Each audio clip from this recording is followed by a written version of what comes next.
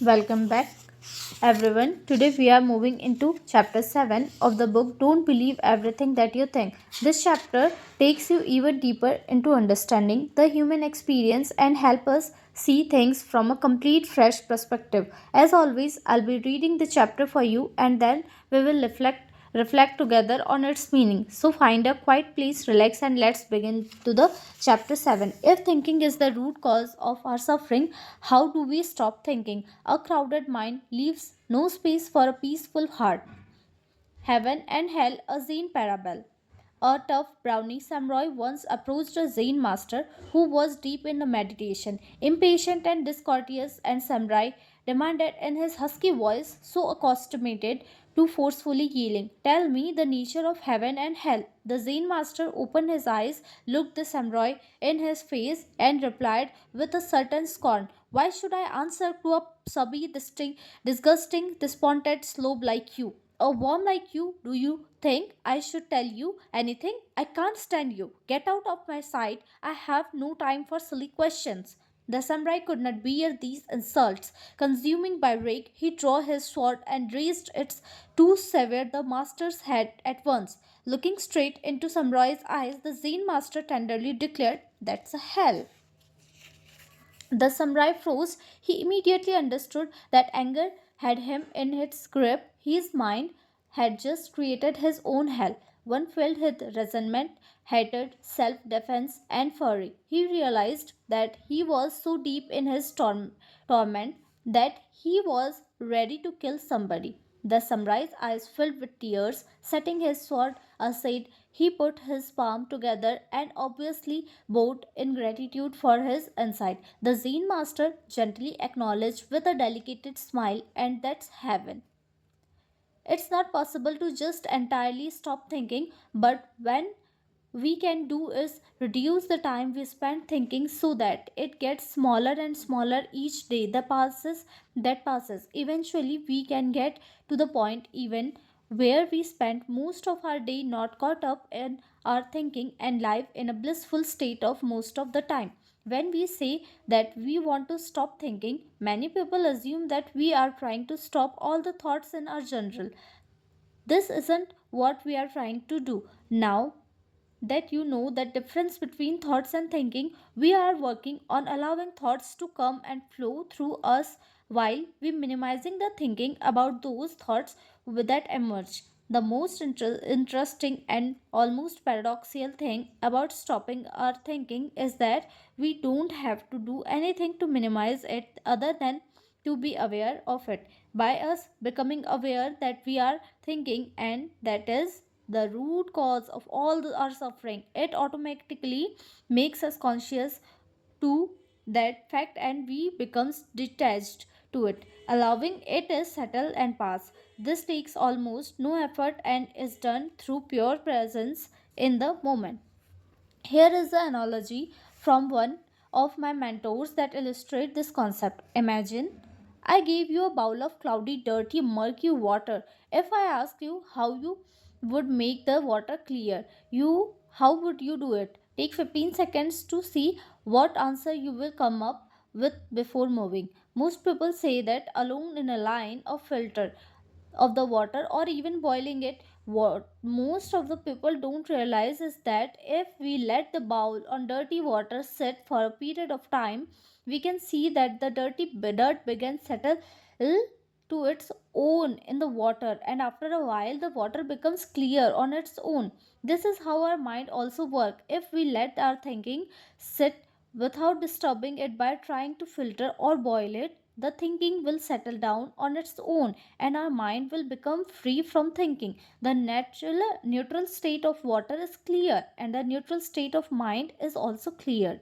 If we do not disturb it, if life begins to feel unclear, disorganized, stressful, and you are not sure what to do next, you now know that it's only because your thinking is stirring up the dirt, making your mind cloudy and difficult to see ahead.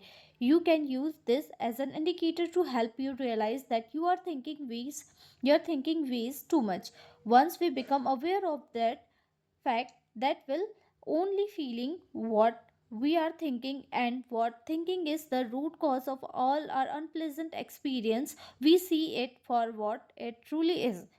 Then we allow it to settle by giving it space, and slowly we will see how we begin to have a clear mind again. You also compare thinking is quicksand. The more we fight our thinking, the more we amplifies the negative emotions and the worse it gets. The same is true with for quicksand. If we are in quicksand and the way out is not to fight it. If we panic and fractionally try to fight it, it will only make things worse by tightening the grip it has on us and pulling us under the faster. And the only way out is to stop struggling and allowing the natural buoyancy of your body to take over to bring you back up to the surface of the ease. The only way to break free from our thinking is to let go the trust that our natural inner wisdom will guide us back to the clarity and peace like that it always has. If you find yourself fluctuating between thinking and non thinking, know that it is completely okay and quite normal. There is no way that we can remain in a state of non thinking every second of every day. If we try to make that a goal, we will cause ourselves to suffer by forcing ourselves back into thinking again. We are spiritually infinite, begin having us physical finite experiences. Because of this, we are literally a living gateway between the human and the divine. So we will naturally oscillate between the two states of feeling anxious, stressed, and joyful and peaceful. We cannot control or prevent the oscillation between thinking and not thinking, but we can minimize the time spent in thinking and thus create more moment when we do feel joyful, peaceful, passionate, and full of love. Although not being able to control when we begin to think can seems like where we cursed and an inevitable fate. It is not something to worry about because we can always return to the state of non thinking. It is just a part of our beautiful human experience. We can give us true peace is knowing that we always have this state of pure peace, love, and fulfillment underneath by any thinking that we may ever feel at any given moment. That beautiful state we always want is something we can never lose but only forget. But just because we can forget it doesn't mean it doesn't there. Just like when it becomes night and the sun set, we know that the sun is always there. We just can't see it. If we thought when the sun set that it may never come back, then understandably we will always have a lot of anxious and fearful thoughts. The same is true for our state of being. We are ever really one moment away from remembering that we always have that infinite well of clarity, joy, love, peace, and fulfillment. We will forget sometimes, but when we do remember and realize that we are caught up in our thinking, when we experience negative emotions, that alone will always allow us to return back home to our natural beautiful state. All we have to do is remember it, know that this is just our thinking, and have peace knowing that the sun is not gone forever and that it will rise again soon enough. Having that understanding will allow us to also appreciate the nighttime for its existence and role in the universe. From that we can see how it is meant to be part of a human experience and begin to cherish its beauty as much as the sun.